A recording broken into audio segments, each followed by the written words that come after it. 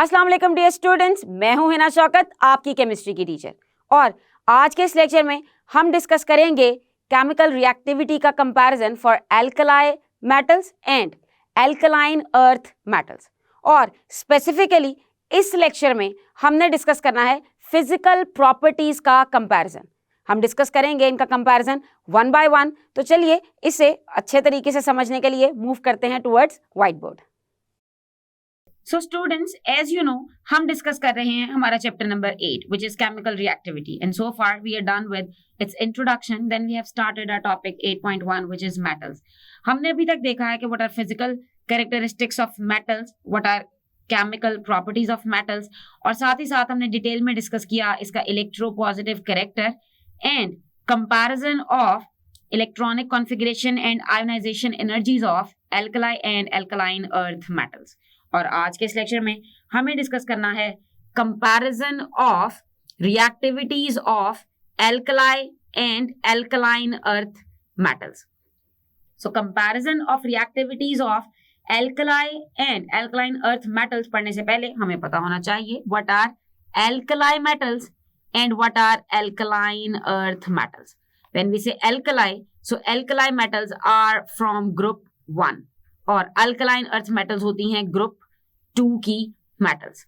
और ग्रुप होता है फ्रॉम टॉप टू बॉटम। ये हैं columns in our periodic table. अगर हम कुछ नामों की बात करें, सो एल्कलाइन मेटल्स होंगी lithium, sodium, potassium, and alkaline earth metals होंगी magnesium, calcium etcetera. So discuss करते हैं इनकी रिएक्टिविटी और इनकी प्रॉपर्टीज को वन बाय वन। अब सबसे पहले हम जिस प्रॉपर्टी को डिस्कस करने जा रहे हैं वो है अपीयरेंस। जी हाँ, और हम कंपेयर करने वाले हैं 3 मेटल्स को, सोडियम, मैग्नीशियम एंड कैल्शियम। अगर हम इन तीनों मेटल्स की पीरियोडिक टेबल में लोकेशन की बात करें, सो ये प्रेजेंट है ग्रुप 1 और ग्रुप 2 में। हम जानते हैं कि ग्रुप 1 और ग्रुप 2 टॉप पे शो किया जाता है और सोडियम होती है ग्रुप 1 में। सो सोडियम की पोजीशन कुछ यहां होगी और सोडियम के बिल्कुल एडजेसेंट ग्रुप 2 में है मैग्नीशियम, और मैग्नीशियम के बिल्कुल नीचे पोजीशन है कैल्शियम के पास। और अगर बात करें इनके पीरियड नंबर की, सो सोडियम और मैग्नीशियम ये प्रेजेंट है 3rd पीरियड में और कैल्शियम है 4th पीरियड में। सो ये तो हुई इनकी location in periodic table.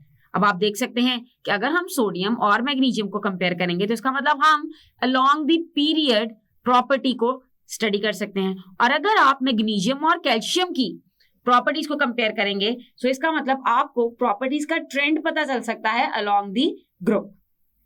Now first property that we are going to discuss is appearance. Appearance मतलब कोई चीज जाहिरी तौर पे कैसे लगती है, उसका कलर कैसा होगा, उसकी हार्डनेस कैसी होगी।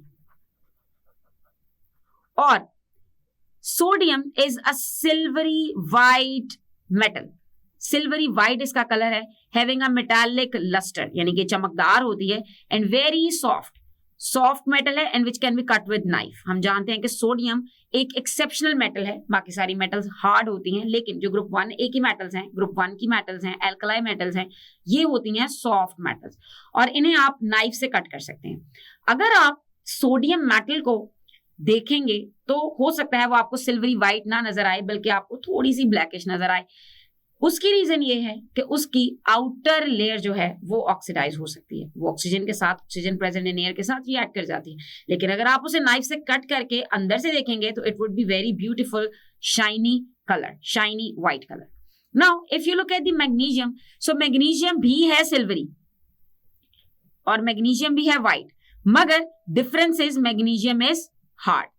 And if you look at the calcium, so calcium is silver gray and fairly harder. ये उससे भी सख्त होता है और कलर इसका भी सिल्वर है। Now you can easily see that यहाँ पे हमने देखा कि सारी ही सिल्वरी मेटल्स हैं। सिल्वर का मतलब है कि वो चीज शाइनी करेगी, तो हम एक चीज कंक्लूड कर सकते हैं कि सारी की सारी मेटल्स वो होती हैं शाइनी इन नेचर, उनकी अपीयरेंस शाइनी होती है। हार्डनेस में फर्क हो सकता है, हार्डनेस में देयर आर एक्सेप्शंस, लेकिन all metals are silvery and shine. Let's discuss the next property, which is atomic size and ionic size. I hope you know the difference between atom and ion very well. Atom होता है neutral, ion होता है जब उस पर कोई charge आता है.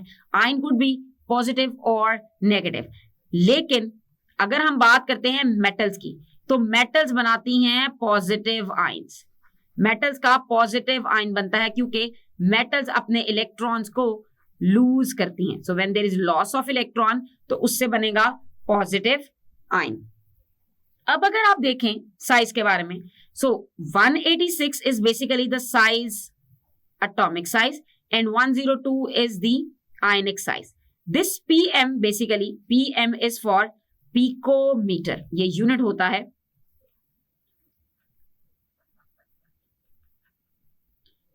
पिकोमीटर. सो पिकोमीटर यूनिट में हम आयनिक साइज या फिर एटॉमिक साइज को मेजर करते हैं. पिकोमीटर का मतलब है 10 पावर -12, यानी कि बहुत ही छोटा यूनिट है. जाहिर है एटम का साइज बहुत छोटा होता है तो उसका यूनिट भी बहुत छोटा होगा.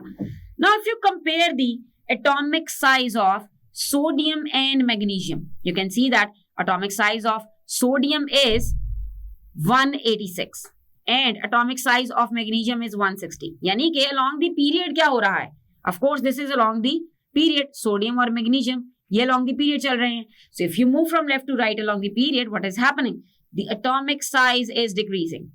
And why it decreases? Because in the same shell new electrons are added. तो जब नए इलेक्ट्रॉन सेम शेल में आएंगे और न्यूक्लियस के अंदर उसका न्यूक्लियर नंबर भी इंक्रीज आएगा, यानी कि उसके अंदर प्रोटॉन्स भी ज्यादा ऐड होंगे. सो मोर प्रोटॉन्स मतलब मोर न्यूक्लियर चार्ज, मोर न्यूक्लियर चार्ज मतलब more attraction. So size would be reduced little.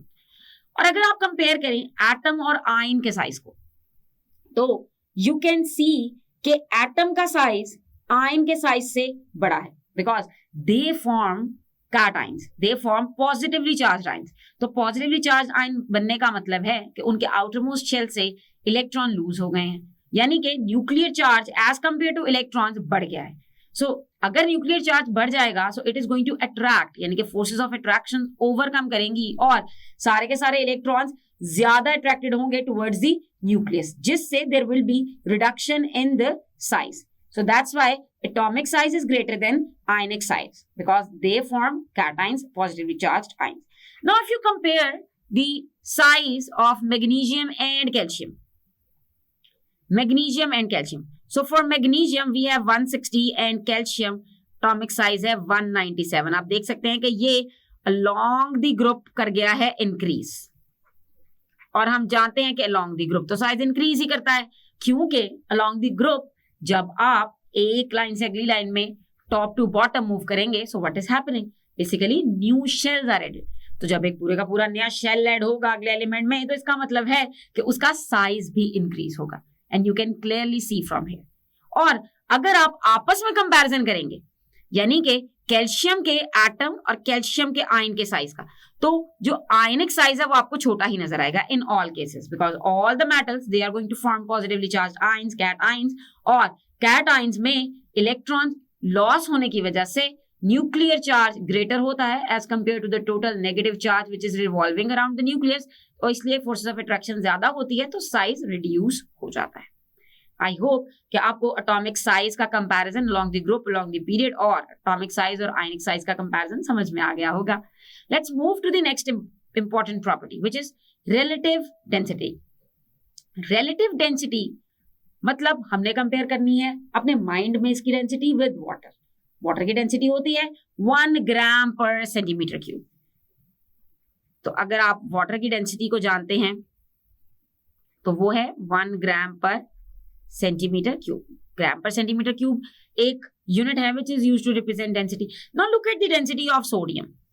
Its density is less than water, 0.98. और अगर आप बात करें कि डेंसिटी होता क्या है, तो density is mass per unit volume of anything, यानी कि मास डिवाइडेड बाय वॉल्यूम को हम कहते हैं डेंसिटी. तो सोडियम की डेंसिटी है 0.98, यानी कि वो पानी से हल्की है. So when we are going to drop sodium metal into water, so वो फ्लोट करेगी वाटर में, यानी कि वो पानी की सतह के ऊपर आएगी, पानी की सरफेस से ऊपर आ जाएगी. But if you look at the density of magnesium 1.74, so as compare to water it is heavier. And look at the calcium since calcium is fairly more harder, so इसलिए उसकी डेंसिटी भी है ज्यादा. सो 1.55 ग्राम per centimetre cube is the density for calcium. And if these densities are greater than the density of water, then it is understood that they are going to sink in the water. यानी कि अगर आप इन्हें पानी में डालेंगे तो ये सिंक करेंगे वाटर के अंदर, यानी कि नीचे चले जाएंगे पानी की सरफेस से, आपको पानी के ऊपर ये नजर नहीं आएंगे. So अगर there is a question that why sodium floats on water, so you must answer it in terms of its density. You need to explain that because sodium's density is less than water. You can mention the exact density value as well. And then you can justify if something is less dense, so it is going to stay at the top. और फिर वो करेगी float. Let's move on to the next properties. So next property that we need to discuss is malleability. As we know that malleability मतलब property to change its shape. यानी कि जब हम किसी चीज को sheets में convert कर सकते हैं by hammering or applying pressure, force apply करके, so उस property को हम कहते हैं malleability. Now if you look at sodium, so sodium is a soft metal. So if something is soft, so it means it would be very malleable, यानी कि highly malleable or ductile.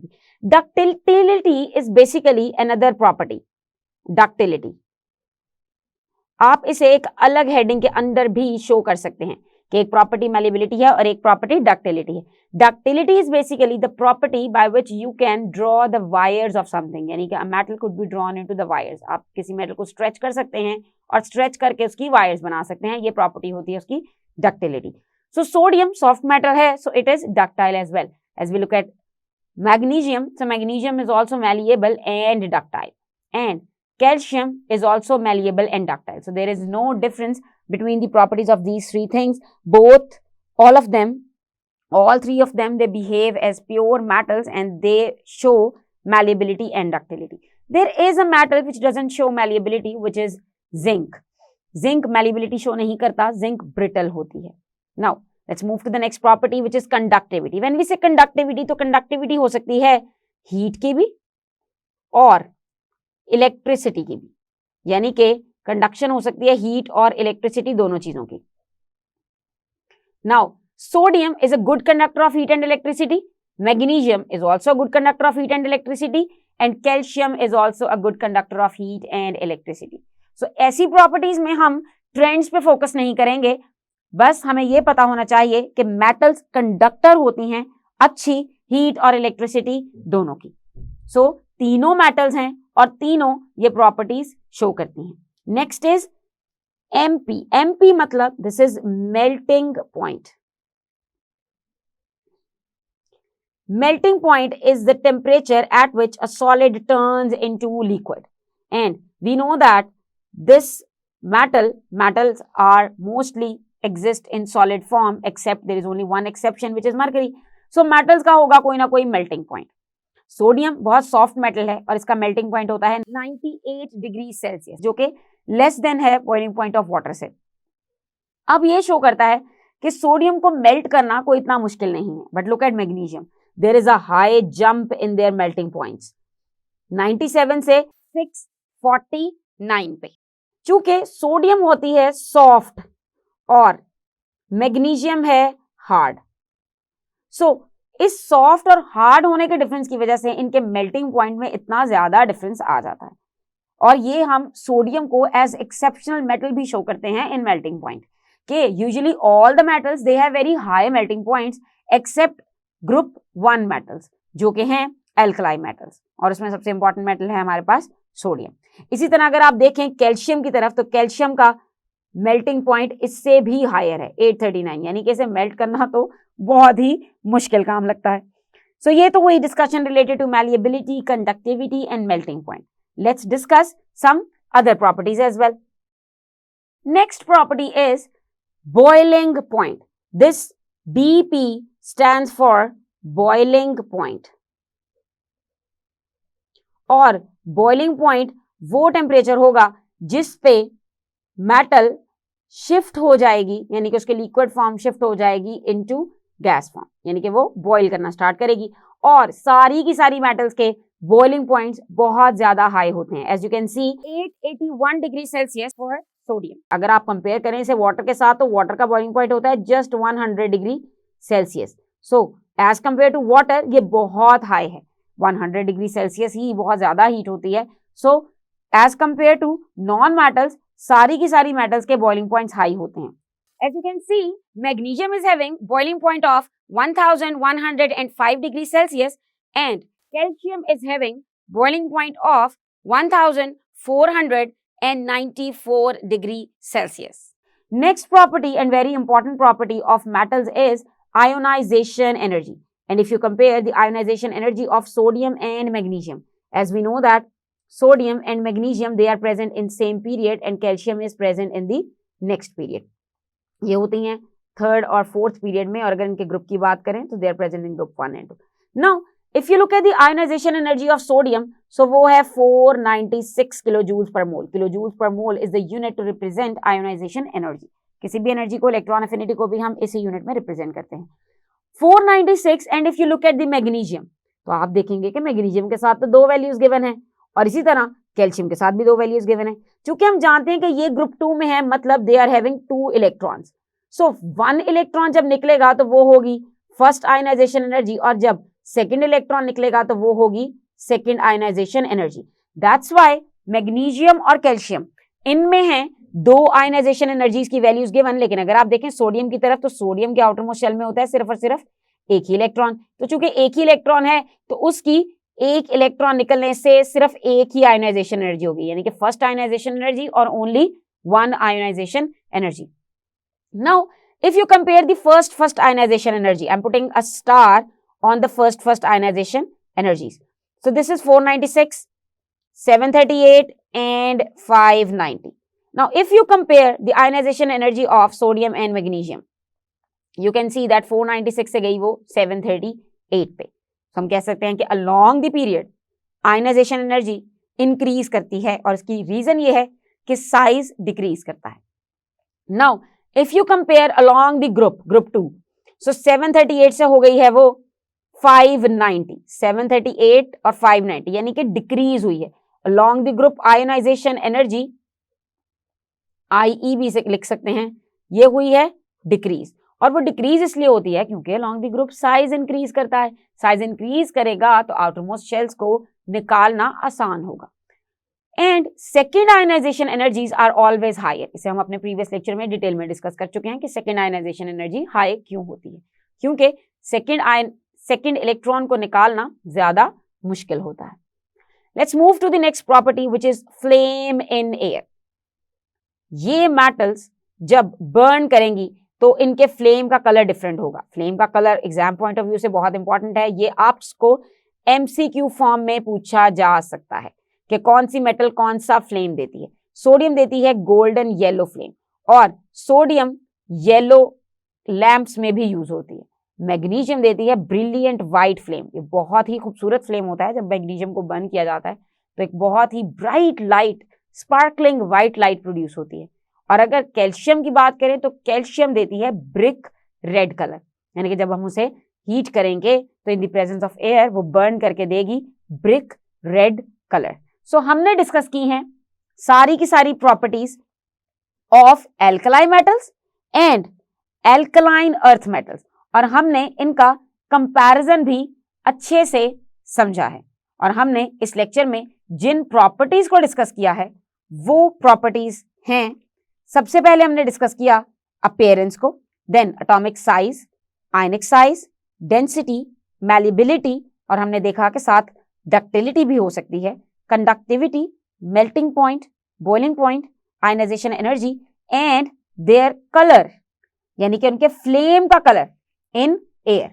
Now अगर हम इनके valence shell की बात करें, electronic configurations की बात करें, तो आपको पता होना चाहिए कि जो एल्कलाई मेटल्स हैं उनके इलेक्ट्रॉनिक कॉन्फ़िगरेशन लास्ट शेल की होती है NS1. और अगर हम बात करें एल्कलाइन अर्थ मेटल्स की,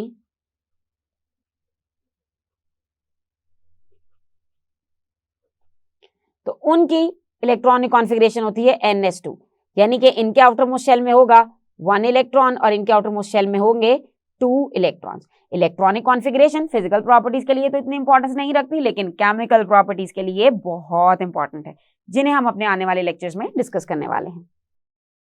सो स्टूडेंट्स, आज के इस लेक्चर में हमने समझा है एक टेबल फ्रॉम योर बुक, और उस टेबल में थी प्रॉपर्टीज और comparison of the properties between sodium, magnesium and calcium. हमने 1 बाय 1 सारी प्रॉपर्टीज को डिस्कस किया है और साथ ही साथ उनकी रीजंस को भी समझने की कोशिश की है। मुझे उम्मीद है कि आपको समझ आया होगा। हम अपने आने वाले लेक्चर में केमिकल रिएक्टिविटी को डिटेल से डिस्कस करेंगे। तब तक के लिए अपना ख्याल रखिएगा। अल्लाह हाफिज।